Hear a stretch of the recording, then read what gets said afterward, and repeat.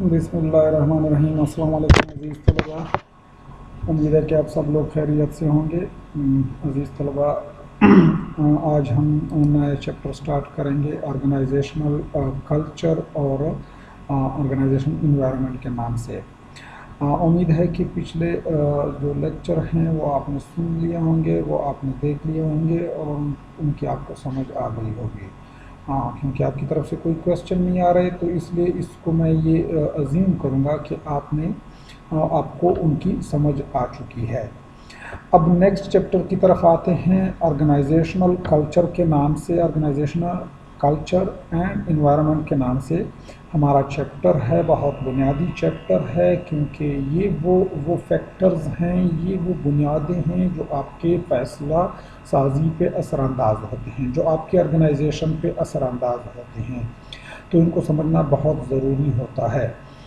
सबसे पहले हम समझते हैं ऑर्गेनाइजेशनल कल्चर क्या होता है। थोड़ा सा इसका है, ये बहुत बड़ा टॉपिक है, इस पे बड़े ऑर्गेनाइजेशनल बिहेवियर का एक सब्जेक्ट है पूरा जो इस चीज़ के मुतल्लिक है।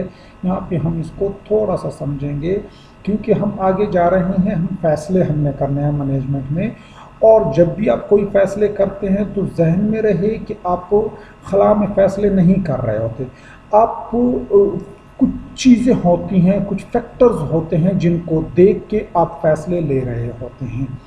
अब वो फैक्टर्स बुनियाद प्रोवाइड करते हैं आपके फैसलों को। तो अगर उन फैक्टर्स को समझने में आपने गलती की है तो आपके वो फैसले भी गलत हो जाते हैं, क्योंकि वो बुनियाद ही आपने गलत बनाई होती है। तो ये जो ऑर्गेनाइजेशन का कल्चर है और ये जो हमारी इन्वायरमेंट है, जिसको हम आगे डिटेल से पढ़ेंगे, ये वो फैक्टर्स हैं जो आपके फैसले करने को, फैसला साजी को, डिसीजन मेकिंग को बुनियादें प्रोवाइड करते हैं। एंड दीज फैक्टर्स जो हैं ये कॉन्स्टेंटली चेंज होते रहते हैं। इसलिए भी समझना ज़रूरी है कि आज जो आपने फैसला किया वो आज के हालात पर बुनियाद करता था। कल जब हालात चेंज हो जाएंगे तो आपको साथ में अपने फैसले भी चेंज करने पड़ेंगे, इसलिए इनको समझना ज़रूरी होता है। अब ऑर्गेनाइजेशनल कल्चर क्या है, इसको समझने से पहले कल्चर को समझना ज़रूरी है कि कल्चर क्या होता है। कल्चर किसी भी सोसाइटी या ग्रुप का जो है उसका नॉलेज या कैरेक्टरिस्टिक उसके जो होते हैं किस चीज़ के मुतल्लिक, उनके रिलीजन, उनके आर्ट्स, उनके लैंग्वेज, उनके सिंबल्स, उनकी लिविंग स्टाइल, ये तमाम मिल के किसी भी सोसाइटी या कल्चर का जो किसी भी सोसाइटी या ग्रुप का कल्चर बनाती हैं। उनकी शायरी जो है ये तमाम उसके कल्चर ही बनाते हैं। अब ऑर्गेनाइजेशन का कल्चर क्या होता है? A system of shared values, assumptions, beliefs and norms that unite the members of an organization. ठीक है, ये कल्चर की डेफिनेशन है। यही अगर ऑर्गेनाइजेशन की जगह आप किसी सोसाइटी या ग्रुप का कह देंगे तो वो उनका कल्चर बन जाएगा, नेशन का कर दोगे तो वो नेशन का कल्चर बन जाएगा। तो the system of shared values, यानी इसमें ये जो चीज़ें बताई गई हैं जिनको आगे हम डिटेल से डिस्कस करेंगे, वैल्यूज़ हो गए, अजम्पशंस हो गए, बिलीफ्स, नार्म्स, ये जब शेयर्ड होते हैं, जब मुश्तरका होते हैं किसी भी ग्रुप के, तो वो उसका कल्चर कहलाता है। अच्छा जी, the way things are done around here, चीज़ें किस तरह की जाती हैं यहाँ पे, ये कल्चर कहलाता है, ऑर्गेनाइजेशनल कल्चर कहलाता है। इसको कॉरपोरेट कल्चर भी कहते हैं। अब इसमें समझने वाली चीज़ें ये हैं कि वैल्यूज़ किस चीज़ को कहते हैं, अजम्पशंस किस चीज़ को कहते हैं, बिलीव्स किस चीज़ को कहते हैं, नाम्स किस चीज़ को कहते हैं। देखिए बेटा, ये ज़्यादा रिलेटेड हैं आपके सोशियोलॉजी से, साइकोलॉजी से, वहाँ से रिलेटेड है। यहाँ पे आपने थोड़ा सा इसको समझना है, बाकी डिटेल में अगर आपने समझना हो तो उधर आप जाएंगे, थोड़ा सा इसको हम आपको आइडिया देंगे कि ये चीज़ें जब कॉमन होती हैं किसी भी ऑर्गेनाइजेशन में, ये कॉमन चीज़ें होती हैं जो उसका कल्चर बनाती हैं और सब लोगों को फिर वो इकट्ठा करती हैं। देखिए जी, कल्चर लोगों को इकट्ठा करता है। देखिए जी, इसको आप इस तरह समझ लें कि लोग किस तरह सोचते हैं, ये उनका कल्चर डेवलप करता है। और फिर जो लोग एक ही तरह सोचते हैं उनका एक ही कल्चर बनता है और फिर इकट्ठे रहते हैं। देखिए, اب اب اس ادارے میں ہیں تو آپ دیکھیے جی جن لوگوں کا کلچر ایک جیسا ہے وہ اکٹھے رہتے ہیں، وہ اکٹھا ایک دوسرے کے ساتھ وقت گزارتے ہیں۔ Pashto speaker and Urdu speaker ان کا اپنا اپنا کلچر ہے تو زیادہ تر وہ اکٹھے رہتے ہیں، اس لیے نہیں کہ ان کے ایک دوسرے سے کوئی اختلافات ہوتے ہیں، بٹ چونکہ ان کے کلچر ایک جیسے ہوتے ہیں تو زیادہ کمپیٹیبل ہوتے ہیں۔ اس طرح ہر آرگنائزیشن کا اپنا ایک کلچر ہوتا ہے، اور وہ کس چیز پہ بنیاد کرتا ہے؟ وہ بنیاد کرتا ہے ویلیوز پہ، ایزمپشنز پہ، بلیفز پہ، نارمز پہ، جو ان کے ایک جیسے ہوتے ہیں اور وہ ان کو یونائٹ بناتا ہے۔ اب ویلیوز کیا ہیں؟ Values and ideal are a principle that determines what is correct, desirable or morally proper. دیکھیے جی کسی بھی آرگنائزیشن میں یا کسی بھی سوسائٹی میں ویلیوز ان اصولوں کو یا ان آئیڈیلز کو کہا جاتا ہے جن کو ٹھیک سمجھا جاتا ہے، جن کو وزن دیا جاتا ہے، جن کو لوگ سمجھتے ہیں کہ یہ مورلی ٹھیک ہے، یہ اخلاقی طور پہ ٹھیک ہے، ان کو ہم ویلیوز کہتے ہیں۔ ہم کہتے ہیں کہ یہ ہماری ویلیوز نہیں ہے کہ ہم مہمان کے ساتھ بدتمیزی کریں، یہ ہماری ویلیوز نہیں ہے۔ ہم بڑوں کی قدر کرتے ہیں، یہ ہماری ویلیوز ہیں۔ سو مینس کس چیز کو ہم ٹھیک سمجھتے ہیں، کریکٹ سمجھتے ہیں، ایز اے ادارہ، as a society, as a group, اس کو ہم ویلیوز کہتے ہیں۔ ویلیوز انڈیویجول بھی ہوتی ہیں، ویلیوز گروپ کی بھی ہوتی ہیں۔ انڈیویجول کی اپنی ہوتی ہیں، جب وہ پورے گروپ کی بن جاتی ہیں تو پھر وہ اس کلچر کا حصہ بنتی جاتی ہیں۔ اچھا جی، پھر نارمز ہیں۔ Norms the rules or the expectation that determines and regulates appropriate behavior within a culture, group or society۔ نام سے مراد یہ ہے کہ یہ وہ رولز ہوتے ہیں جو کسی بھی کلچر گروپ میں آپ کے بیہیویئر کو ریگولیٹ کرتے ہیں۔ یعنی اس کا مطلب یہ ہوتا ہے کہ آپ کسی بھی سوسائٹی میں کسی بھی خاص سچویشن میں کس طرح ریئیکٹ کرتے ہیں، یہ آپ کے نارمز آپ کو بتاتے ہیں۔ کس سچویشن میں کس طرح ریئیکٹ کرنا ٹھیک ہے، یہ آپ کا نارم ہوتا ہے جو آپ کو بتاتا ہے۔ Behaviour means how to react a specific situation, کسی اسپیسیفک سچویشن میں اپنے کس طرح ریئیکٹ کرنا ہے۔ دیکھیے جی، ہمارا نام ہے کہ مرد نہیں روتے۔ اب یہ کسی ایسے مشکل سچویشن میں رونا ہمارے نارمز کے خلاف ہے، کیونکہ ہم نے یہ رول بنایا ہوا ہے، ہم نے یہ اصول بنایا ہوا ہے۔ غلط اور صحیح کی بات نہیں ہو رہی یہاں پہ، ہم نے یہ اصول بنایا ہوا ہے کہ کسی بھی مرد کو کسی مشکل صورتحال میں رونا نہیں چاہیے۔ یہ ہم نے ایک اپروپریٹ بیہیویئر کسی مشکل صورتحال میں بنایا ہوا ہے۔ تو دیز آر دا نارمز جو ہم ڈیولپ کرتے ہیں with the passage of time. تو یہ ہر آرگنائزیشن کی بھی اپنے نارمز ہوتے ہیں۔ دین اس کے beliefs are the tenets or conviction that people hold to be true. Individuals in society have a specific beliefs but they also share collective values. لیکن beliefs جو ہوتے ہیں وہ آپ کے جو انڈیویجولس کے ہم سمجھتے ہیں کسی بھی چیز کو ٹھیک، وہ ٹھیک ہے یا غلط ہے، اس سے ہمیں اس سے کوئی لینا دینا نہیں ہے، but individually what we think is true are called beliefs.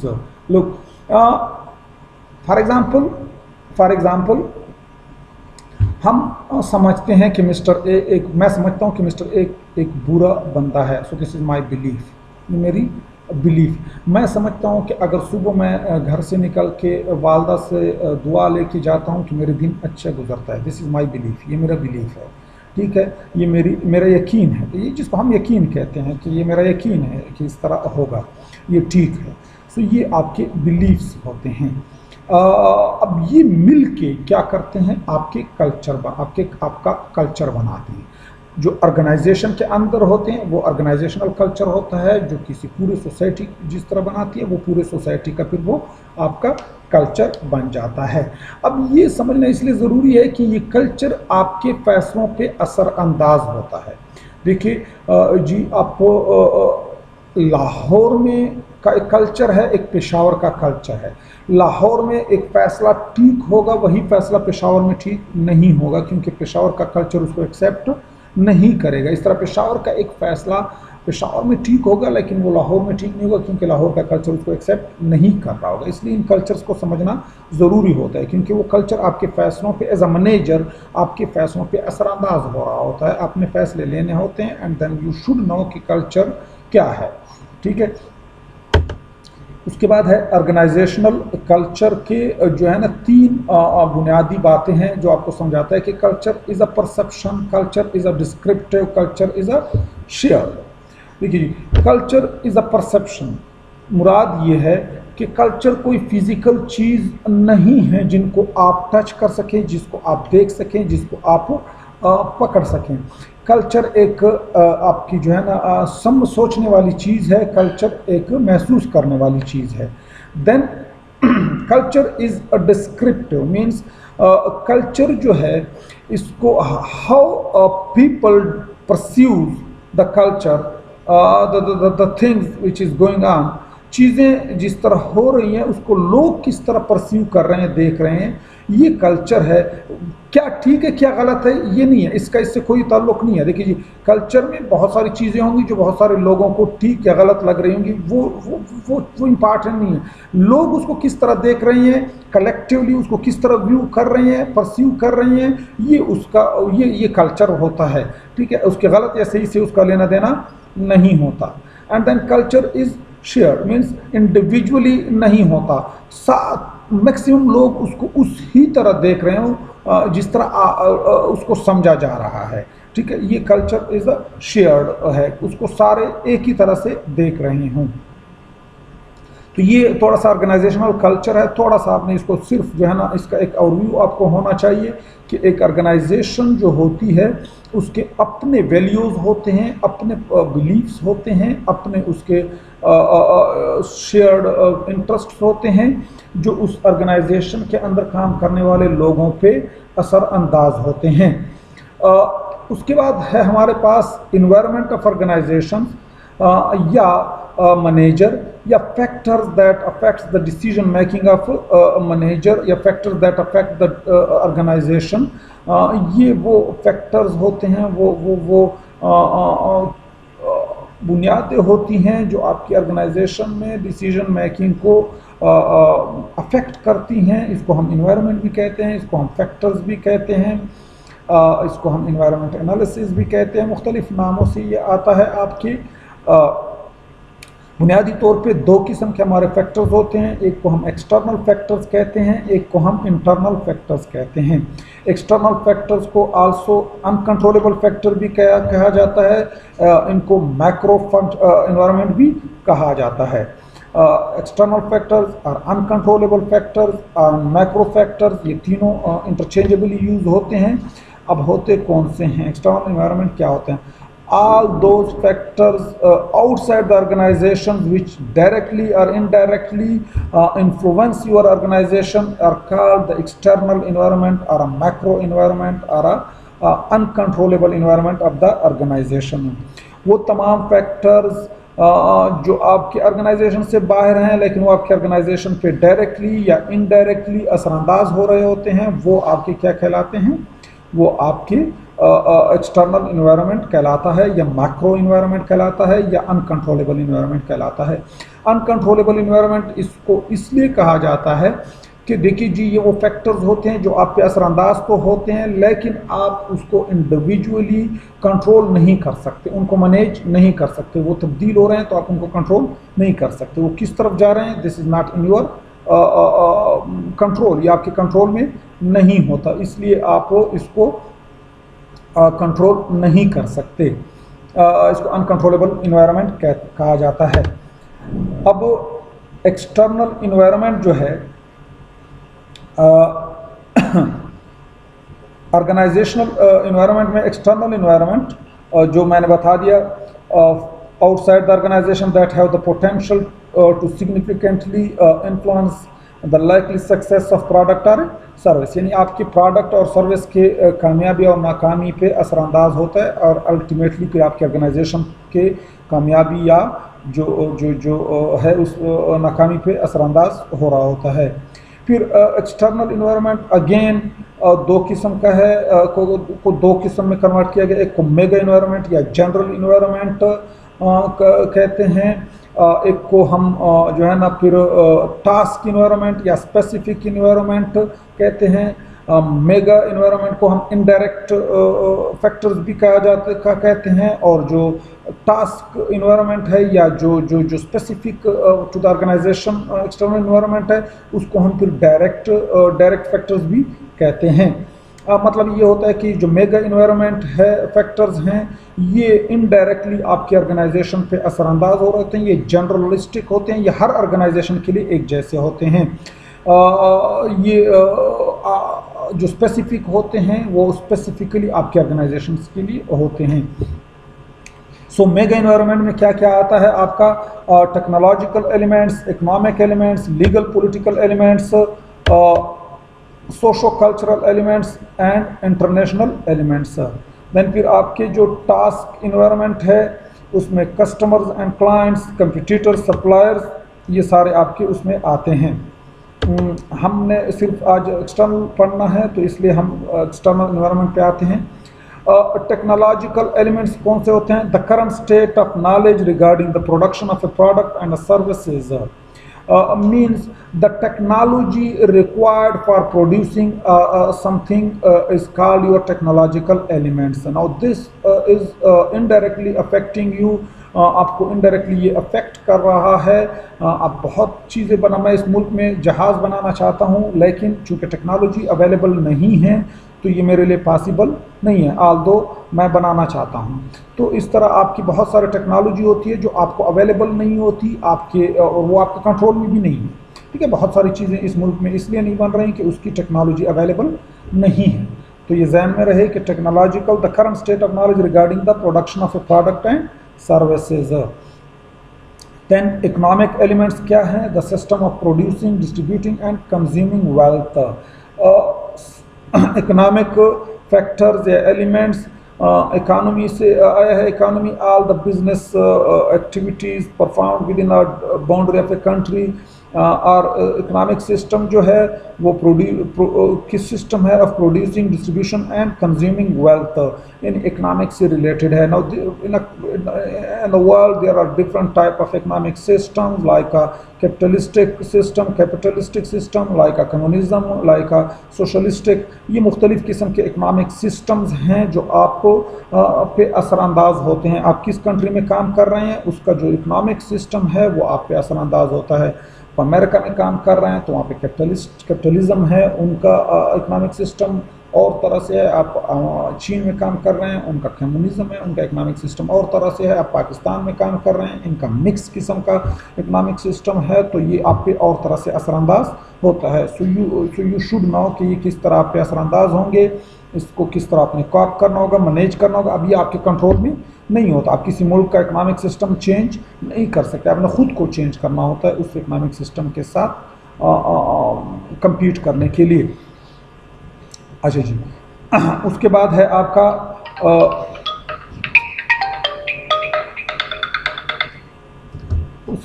आपका legal and political system. Legal या political system means a government system within which an organization must function। Government का अपना एक सिस्टम होता है, कहीं पे बादशाही है, कहीं पे डेमोक्रेसी है, कहीं पे कंट्रोल डेमोक्रेसी है, कहीं पे डिक्टेटरशिप है।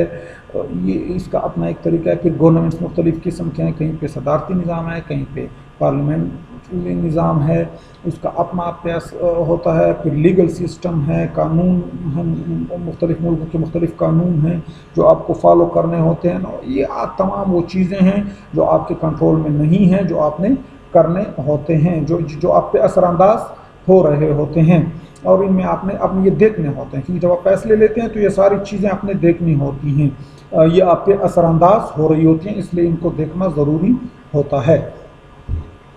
फिर आपका सोशो कल्चरल एलिमेंट्स, जो कल्चरल हमने पढ़ा है कि लोग attitudes, values, behaviours associated with the particular society. आप जिस सोसाइटी में काम कर रहे हैं, आप जहाँ पे काम कर रहे हैं, वहाँ के लोगों का अपना एक एटीट्यूड होता है, उनके वैल्यूज़ होते हैं, बिहेवियर्स होते हैं जो आपको पता होनी चाहिए, क्योंकि वो आप पे असरानंदाज होते हैं। देखिए जी, DI खान के लोगों का कल्चर और पेशावर के लोगों के कल्चर में फ़र्क है।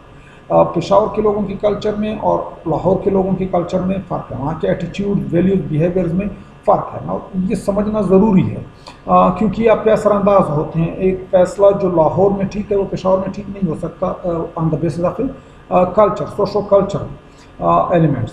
तो ये इसलिए समझना इसको ज़रूरी होता है। देन इंटरनेशनल एलिमेंट्स होते हैं आपके। इंटरनेशनल एलिमेंट से मुराद ये है कि दुनिया में जो कुछ हो रहा है उससे भी आप अपने आप को नहीं बचा सकते। देखो कि चाइना में कोरोना वायरस आया, यहाँ तक हम तक पहुँचा। चाइना और अमेरिका में कोई टसल आती है, हम तक उसका असर पहुँचता है। अमेरिका में कोई तब्दीली आती है, उनके कानून में तब्दीली आती है, उनकी चीज़ों में तब्दीली आती है, वो हम पे असरानंदाज होती है। चाइना में कोई तब्दीली आती है, वो हम पे असरानंदाज होती है। तो दुनिया में क्या हो रहा है ये हम पे असरानंदाज हो रहा होता है एंड हमने इसको देखना होता है, हमने इसको समझना होता है, क्योंकि फिर वो हम पे असरानंदाज हो रहा होता है।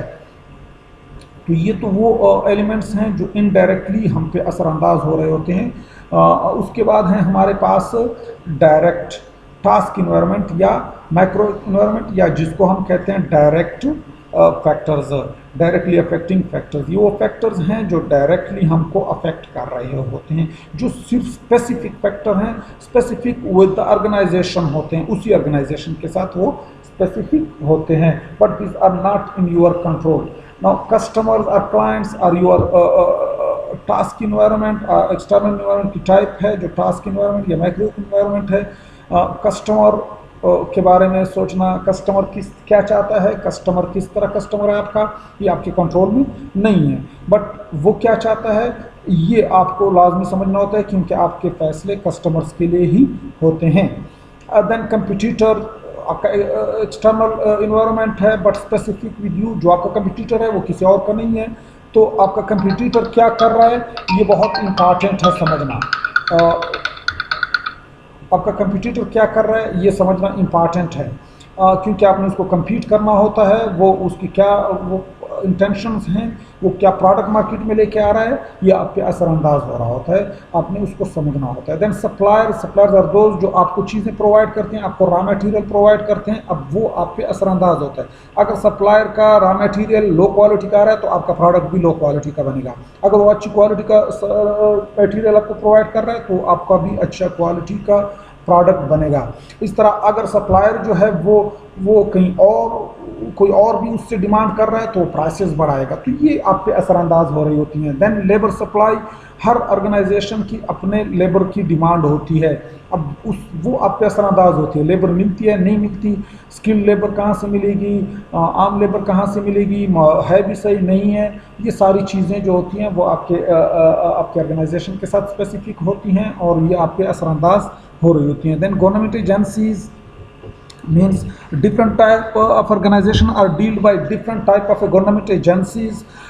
हर ऑर्गेनाइजेशन को मुख्तलिफ किस्म की गवर्नमेंट एजेंसीज ऑर्गेनाइजेशंस डील कर रही होती हैं, तो ये समझना ज़रूरी होता है कि वो गवर्नमेंट एजेंसीज आप पे असरानंदाज हो रही होती हैं। FBR आपको डील कर रहा है, कस्टम वाले डील कर रहे हैं, एक्साइज वाले डील कर रहे हैं, ये मुख्तलिफ किस्म के ऑर्गेनाइजेशंस हैं, गवर्नमेंट की एजेंसीज हैं जो आपको डील कर रही होती हैं और वो आप पे डायरेक्टली असरानंदाज हो रही होती हैं। आपका इनके साथ, इनसे आपने NOCs लेनी होती हैं, इनसे आपने सर्टिफिकेट्स लेनी होती हैं, बहुत सारी। कोई भी एक कारखाना शुरू करने से पहले मेरे ख्याल में 40 से 50 आपको गवर्नमेंट की एजेंसीज होंगी जिनसे आपको NOCs लेनी पड़ती हैं, ऑब्जेक्शन सर्टिफिकेट्स लेने पड़ते हैं, तो ये आप पे असरानंदाज होती हैं। तो ये वो इन्वायरमेंट है, ये वो फैक्टर्स हैं जो आपको समझना, आपके लिए समझना ज़रूरी होता है, क्योंकि ये आपकी ऑर्गेनाइजेशन पे क्या होते हैं, असरानंदाज होते हैं, आपकी फैसलों पे असरानंदाज हो रहे होते हैं।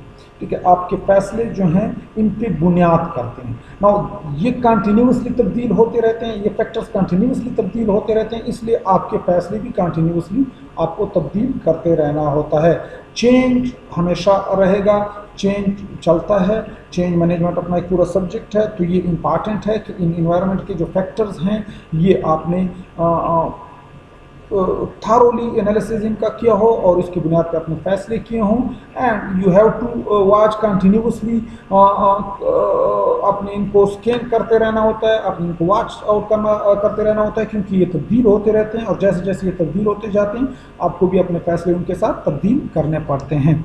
تو یہ ہے آج کا ہمارا لیکچر. انشاءاللہ امید ہے کہ آپ کو سمجھ آئی ہوگی. زیادہ ڈیٹیلنگ یہاں پہ ہم نہیں کر سکتے کہ پھر ویڈیو بہت بڑی ہو جاتی ہے. کوئی بھی آپ کو مسئلہ ہو تو آپ کائنڈلی سوال کر سکتے ہیں. Thank you.